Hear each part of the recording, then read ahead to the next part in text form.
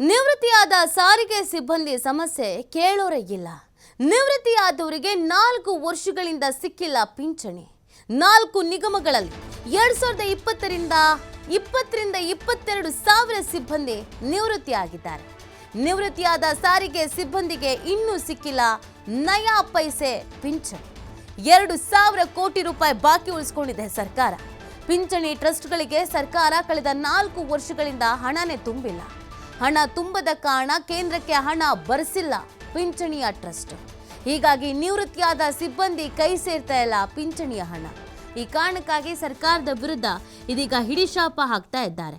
ನೋಡಿ, ನಿವೃತ್ತಿ ಆದ ನಂತರ ಬಯಸೋದೇನ ಪಿಂಚಣಿ ಇರುತ್ತೆ, ಹೇಗೋ ಇನ್ನುಳಿದ ಜೀವನ ಕಳಿಬಹುದು ಅನ್ನುವಂಥ ಕಾರಣಕ್ಕೆ. ಆದರೆ ಪಿಂಚಣಿನೇ ಕೊಡಲಿಲ್ಲ ಅಂತ ಹೇಳಿದ್ರೆ, ಅದು ವರ್ಷಾನುಗಟ್ಲೆಯಿಂದ ಬಾಕಿ ಉಳಿಸ್ಕೊಂಡಿದ್ದಾರೆ ಅಂತಂದರೆ ಅವ್ರ ಜೀವನದ ಕತೆಗೇನು, ಹೇಗೆ ಜೀವನ ಮಾಡಬೇಕು? ಹಣ ತುಂಬೇ ಇಲ್ಲ. ಈ ಕಾರಣಕ್ಕೆ ಪಿಂಚಣಿ ಹಣನೇ ಬರ್ತಾ ಇಲ್ಲ. ಇದರಿಂದ ರೋಸ್ ಹೋಗ್ಬಿಟ್ಟಿದ್ದಾರೆ ಜನ. ನಿವೃತ್ತಿಯಾದ ಸಾರಿಗೆ ಸಿಬ್ಬಂದಿ ತಮ್ಮ ಸಮಸ್ಯೆಗಳನ್ನು ಹೇಳ್ಕೊಳ್ತಾ ಇದ್ರು, ಕೇಳಿಸ್ಕೊಳ್ಳೋದು ಕಿವಿ ಇಲ್ಲದಂಥ ಪರಿಸ್ಥಿತಿ ಆಗಿದೆ. ದಯವಿಟ್ಟು ಸರ್ಕಾರ ಇದರತ್ತ ಗಮನ ಹರಿಸಬೇಕು, ನಮಗೆ ಪಿಂಚಣಿಯನ್ನು ಒದಗಿಸಬೇಕು, ಜೀವನ ಕಷ್ಟ ಆಗ್ತಾ ಇದೆ ಅಂತ ಕೇಳ್ಕೊಳ್ತಾ ಇದ್ದಾರೆ. 4 ನಿಗಮಗಳಲ್ಲಿ 2020ರಿಂದ 22 ಸಾವಿರ ಮಂದಿಗೆ ಇದೇ ಥರದ ಸಮಸ್ಯೆ ಆಗಿದೆ. ನಿವೃತ್ತಿ ಆಗಿದ್ರೂ ಕೂಡ ಸಾರಿಗೆ ಸಿಬ್ಬಂದಿಗೆ ನೆಮ್ಮದಿ ಅನ್ನೋದು ಮಾತ್ರ ಇಲ್ಲ. ಕಾಲಕ್ಕೆ ತಕ್ಕಂತೆ ಪಿಂಚಣಿ ಕೈ ಸೇರಬೇಕಾಗಿತ್ತು. ಪಿಂಚಣಿಯನ್ನು ನಂಬಿಕೊಂಡು ಜೀವನ ಸಾಗಿಸಬೇಕು ಅಂತ ಪ್ಲಾನ್ ಮಾಡಿಕೊಂಡವರಿಗೆ ಇದೀಗ ಇನ್ನಿಲ್ಲದಂಥ ಹೇಳತೀರದಂಥ ಕಷ್ಟ ಎದುರಾಗಿದೆ. ಹೇಗಾದರೂ ಮಾಡಿ ನಮಗೊಂದು ಅವಕಾಶ ಮಾಡಿಕೊಡಿ, ಪಿಂಚಣಿ ಒದಗಿಸ್ಕೊಡಿ ಅಂತ ಕೇಳ್ಕೊಳ್ತಾ ಇದ್ದಾರೆ ಇದೀಗ.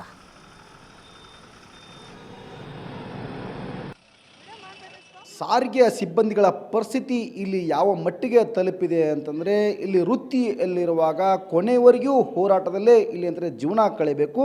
ನಿವೃತ್ತಿ ಆದ ಮೇಲೂ ಸಹಿತ ಇವತ್ತು ತಮ್ಮ ಪಿಂಚಣಿಗಾಗಿ ಬೀದಿಗಿಳಿದು ಹೋರಾಟ ಮಾಡುವಂತಹ ಪರಿಸ್ಥಿತಿಯನ್ನು ಇವತ್ತು ಸರ್ಕಾರ ತಂದಿಟ್ಟಿವೆ. ಸುಮಾರು ಇಲ್ಲಿ ಅಂತಂದರೆ KSRTC ಅಂದರೆ ಸಾರಿಗೆ ಸಿಬ್ಬಂದಿಗಳು 2020ರಿಂದ ಇಲ್ಲಿವರೆಗೂ ಅಂದರೆ ಸುಮಾರು 20ರಿಂದ 22 ಸಾವಿರ ಸಿಬ್ಬಂದಿಗಳು ನಿವೃತ್ತಿಯಾಗಿದ್ದಾರೆ. ಅವರ ಪಿಂಚಣಿ ಹಣವನ್ನು ಇಲ್ಲಿ ಸರ್ಕಾರ ಬಾಕಿ ಉಳಿಸಿಕೊಂಡಿದೆ. ಈ ಸಂಬಂಧ ನನ್ನ ಜೊತೆ ಮಾತಾಡಲಿಕ್ಕೆ ಹೋರಾಟಗಾರರೇ, ಅವ್ರನ್ನೇ ನಾನು ಮಾತಾಡಿಸ್ತೀನಿ. ಸರ್, ಬರೋಬ್ಬರಿ 20ರಿಂದ 22 ಸಾವಿರ ನಿವೃತ್ತಿ ಆಗಿದ್ದಾರೆ, ಅವ್ರಿಗೆ ಪಿಂಚಣಿ ಯಾಕೆ ಕೊಡ್ತಿಲ್ಲ ಸರ್ಕಾರಗಳು? ನೋಡಿ, ಪಿಂಚಣಿ ವಿಷಯ ಅಂತ ಬಂದಾಗ ವಿಶೇಷವಾಗಿ ಸಾರಿಗೆ ಇಲಾಖೆಯಲ್ಲಿ ಇರ್ತಕ್ಕಂಥ ಪಿಂಚಣಿ 1500ರಿಂದ 2000 ರೂಪಾಯಿ ಸಿಗುತ್ತೆ. ಯಾವುದಾದ್ರೂ ಕುಟುಂಬ 1500, 2000ದಾಗ ಬದುಕಲಿಕ್ಕೆ ಸಾಧ್ಯತೆನಾ?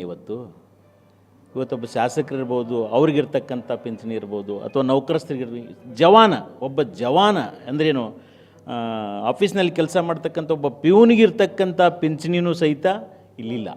ಅದಕ್ಕೆ ಸರ್ಕಾರದಲ್ಲಿ ಏನಾಗಿದೆ ಅಂದರೆ 2 ಕಾರಣ. ಒಂದು, ಏನು PF ಟ್ರಸ್ಟ್ ಇದೆ ಸರ್ಕಾರದ್ದು, ಈ ಒಂದು ಟ್ರಸ್ಟಿಗಳು ಕೆಲವಷ್ಟು ಜನ ಇರ್ತಾರೆ, ಅವರೆಲ್ಲ ಸೇರಿ ಏನು ಪ್ರತಿ ತಿಂಗಳ ನಮೂದು ಮಾಡಿರ್ತಕ್ಕಂಥ ಕಟ್ಟಿರ್ತಕ್ಕಂಥ ಅವ್ರು ಡಿಡಕ್ಟ್ ಅಂತೂ ಮಾಡ್ಕೋತಾರೆ ಸರ್ ನೌಕರಸ್ಥರದ್ದು. ಆದರೆ ಅದನ್ನು ಕಟ್ಟಬೇಕಲ್ಲ ಸೆಂಟ್ರಲ್ಗೆ, ಅದನ್ನು ಕಟ್ಟಿದಾಗ ಅದು ಅರಿಯರ್ಸ್ನ ಅನುಕೂಲ ಆಗುತ್ತೆ ಪಿಂಚಣಿ. ಅದನ್ನೂ ಸಹಿತ ಮಾಡ್ತಾ ಇಲ್ಲ ಸರ್ಕಾರ. ಇದಕ್ಕೆ ನಿಗದಿತ ನಿಯಮ ಮಾಡಬೇಕು, ನಿಶ್ಚಿತವಾಗಿ ಕಟ್ಟಿದ್ದನ್ನು ಮರುಕಳಿಸುವಂಥ ಒಂದು ವ್ಯವಸ್ಥೆ ಆಗಬೇಕು. ಅದು ಎಲ್ಲೋ ಒಂದು ಕಡೆ ಸರ್ಕಾರದಲ್ಲಿ ಅನಾನುಕೂಲ ಆಗ್ತದೆ. ಸನ್ಮಾನ್ಯ ರಾಮಲಿಂಗಾರೆಡ್ಡಿ ಅವರು ಇದನ್ನು ಮನಸ್ಸು ಮಾಡಿದರೆ 2-3 ದಿವಸದಲ್ಲಿ ಸೆಟಲ್ ಮಾಡ್ತಾರೆ. ಬಟ್ ಯಾಕೆ ಆಗ್ತಾ ಇಲ್ಲ ಗೊತ್ತಿಲ್ಲ. ಬಟ್ ಈ ಪಿಂಚಣಿ ವ್ಯವಸ್ಥೆ, ಅವರ ಪರಿಸ್ಥಿತಿ ಬೇರೆಯವರಿಗೆ ಕಂಪೇರ್ ಮಾಡಿದರೆ ಭಾಳ ದಯನೀಯ ಪರಿಸ್ಥಿತಿ ಇದೆ. ಅದಕ್ಕೆ ಸರ್ಕಾರ ಇದನ್ನು ಆದ್ಯತೆಯಾಗಿ ಪರಿಗಣಿಸಿ ಪಿಂಚಣಿ ಏನು ನಿವೃತ್ತರಾಗ್ಯಾರ, ಸುಮಾರು 4-5 ವರ್ಷದಿಂದ ನಿವೃತ್ತಿ ಆದವರಿಗೆ ಇವತ್ತಿಗೂ ಪಿಂಚಣಿ ಸೆಟಲ್ಮೆಂಟೂ ಆಗ್ತಾಯಿಲ್ಲ, ಉಳಿದೇ ಇತರೆ ಫಂಡ್ಗಳನ್ನು ಸಹಿತ ಸಿಗ್ತಾ ಇಲ್ಲ. ಅದಕ್ಕೆ ಅವನ್ನೆಲ್ಲವನ್ನು ಸರಿಪಡಿಸಬೇಕು ಅಂತ ನಾನು ಒತ್ತಾಯ ಮಾಡ್ತಾ ಇದ್ದೇನೆ ಸರ್ಕಾರಕ್ಕೆ. Okay, thank you sir. Duty ಇರುವವರೆಗೂ, ವೃತ್ತಿಯಲ್ಲಿ ಮಾಡುವವರೆಗೂ ಸಹಿತ ಇಲ್ಲಿ ತಮ್ಮ ಬೇರೆ ಬೇರೆ ಬೇಡಿಕೆಗಳಿಗೆ ಹೋರಾಟ ಮಾಡೋದು ಬಂತು. ಈಗ ಪಿಂಚಣಿಗಾಗಿ ಹೋರಾಟ ಮಾಡುವಂಥ ಪರಿಸ್ಥಿತಿ ತಂದಿಟ್ಟಿದೆ ಸರ್ಕಾರ. ಈಗ ಸಾರಿಗೆ ಸಂಸ್ಥೆಯ ಕಾರ್ಮಿಕರ ಹಣೆ ಬರ ಹೇಗಾಗಿದೆ ಅಂದರೆ, ವೃತ್ತಿಯಲ್ಲಿ ಇರಿದ್ದಾಗ ಸಂಸ್ಥೆ ಪಗಾರ ತಿಂಗಳ ಪಗಾರ ತೊಗೊತಿದ್ರು, ಪಗಾರ ಸಾಲ್ತಿತ್ತು. ಈಗ ದೈನಂದಿನ ಪರಿಸ್ಥಿತಿ ಸಾರಿಗೆ ನೌಕರದಾಗಿದೆ. ರಿಟೈರ್ಡ್ ಆದಮೇಲೆ ಸುಮಾರು 15ರಿಂದ 2000 ರೂಪಾಯಿ ಅವ್ರಿಗೆ ಸಂಬಳ ಬರ್ತದೆ, ಪೆನ್ಷನ್ ಬರ್ತದೆ. ಅದರಲ್ಲಿ ಏನು ಮಾಡೋಕ್ಕೆ ಸಾಧ್ಯತೆ? ಇವತ್ತು ಬೀದಿ ಪಾಲಾಗ್ತಾ ಇದ್ದಾರೆ ರಿಟೈರ್ಡ್ ಆದಂಥ ಎಂಪ್ಲಾಯೀಸ್ಗಳು. ಅದಕ್ಕೆ ಸರ್ಕಾರ ಇವ್ರನ್ನ ಪರಿಗಣಿಸಿ ಈಗೇನು ರಿಟೈರ್ಡ್ ಆದಂಥ ಎಂಪ್ಲಾಯಿಗಳು ಯಾವ ಬೀದಿ ಪಾಲು ಆಗ್ತಾ ಇದ್ದಾರಲ್ಲ, ಅವ್ರಿಗೆ ಏನಾದರೂ ಒಂದು ಅನುಕೂಲ ಮಾಡಿ ಪೆನ್ಷನ್ ಹೆಚ್ಚಿಗೆ ಬರೋಂಥ ವ್ಯವಸ್ಥೆ ಆಗಬೇಕು ಅಂತ ಸರ್ಕಾರಕ್ಕೆ ಮನವಿ ಮಾಡಿದೆ. ಈಗ ಬಾಕಿ ಉಳಿಸ್ಕೊಂಡು ದೇವ ಕೊಡಬೇಕಂತ ಇದ್ದೀರಿ. 38 ತಿಂಗಳು ಬಾಕಿ ಪೆನ್ಷನ್ ಆದವ್ರಿಗೂ ಬಂದಿಲ್ಲ.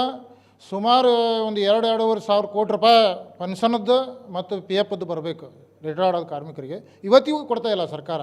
ಅದಕ್ಕೆ ಅದನ್ನು ಶೀಘ್ರಗತಿಯಲ್ಲಿ ಕೊಡಬೇಕಂತ ಮನವಿ ಮಾಡ್ತಾಯಿದ್ದೀನಿ. Okay, thank you sir. ಸರ್ಕಾರ ಇಲ್ಲಿ ಎಚ್ಚೆತ್ತುಕೊಳ್ಬೇಕು. ಏನು ನಿವೃತ್ತ ನೌಕರರ ಸ್ಥಳದಲ್ಲಿ ಅವರ ಪಿಂಚಣಿಯನ್ನು ಸರ್ಕಾರ ಏನು ಬಾಕಿ ಉಳಿಸ್ಕೊಂಡಿದೆ ತಕ್ಷಣ ಬಿಡುಗಡೆ ಮಾಡಬೇಕು. ಬಿಡುಗಡೆ ಮಾಡಿ ನಿವೃತ್ತಿ ನೌಕರ ಕಣ್ಣೀರು ಒರೆಸಬೇಕು ಅನ್ನೋದು ಹೋರಾಟಗಾರರ ಮಾತು. ಕ್ಯಾಮ್ರಾ ಪರ್ಸನ್ ಜೊತೆ ಯಲ್ಲಪ್ಪ ಸೊಲರಪ್ಪ, TV5 ಹುಬ್ಬಳ್ಳಿ.